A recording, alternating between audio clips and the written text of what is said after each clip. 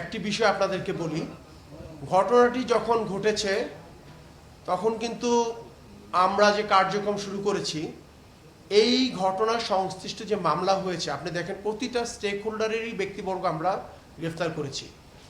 এখানে আমরা যে শুধু চালক বা অপারেটরকে ধরেছি বা হেল্পারকে ধরেছি তা না। আপনি দেখেন যে ক্রেন দিয়েছে তাকে ধরেছি, তার ক্রেন ফিটনেস আছে কিনা, না ফিটনেস নাই, কেন যে ক্রেন ক্রয় করেছে সেই কোম্পানিকে ধরেছি। যারা এই চাইনিজ গেজুবা গ্রুপ কোম্পানির যারা এখানে ছিল, আচ্ছা এখানে আপনারা যে কথাটি বলছেন, দেখেন এখানে একটি তদন্ত কমিটি কাজ করছে।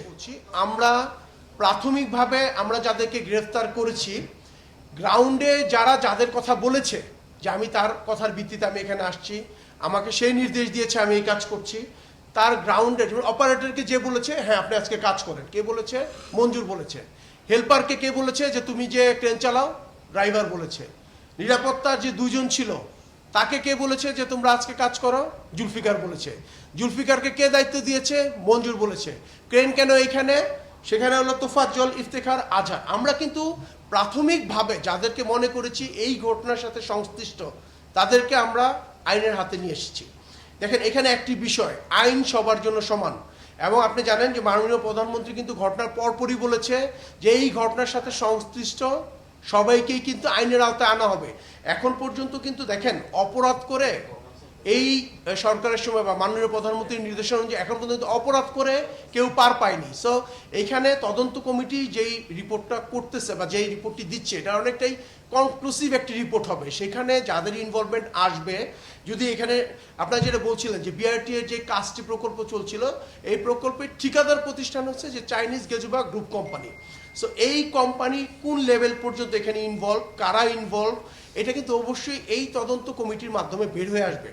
আইন শৃঙ্খলা বাহিনী হিসেবে আমাদের প্রাথমিকভাবে গোয়েন্দা তথ্য বা আমরা যে কার্যক্রম ছিল, আমরা স্টেপ বাই স্টেপ দুর্ঘটনা ঘটিয়েছে কে?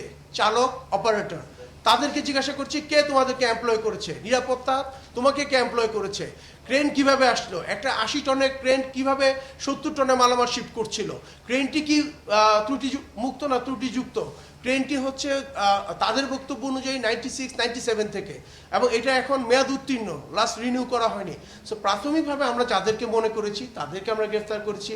এখানে আরও বিস্তর জিজ্ঞাসাবাদের সুযোগ আছে। আপনারা জানেন যে দেশের বিভিন্ন প্রান্ত থেকে ধরা হয়েছে, এবং বিস্তর জিজ্ঞাসাবাদে বিজ্ঞ যে আয়ও রয়েছেন তিনি, প্লাস যারা তদন্তকারী সংস্থা বা যারা তদন্ত করছেন, আরও বিষয়গুলো বের হয়ে আসবে।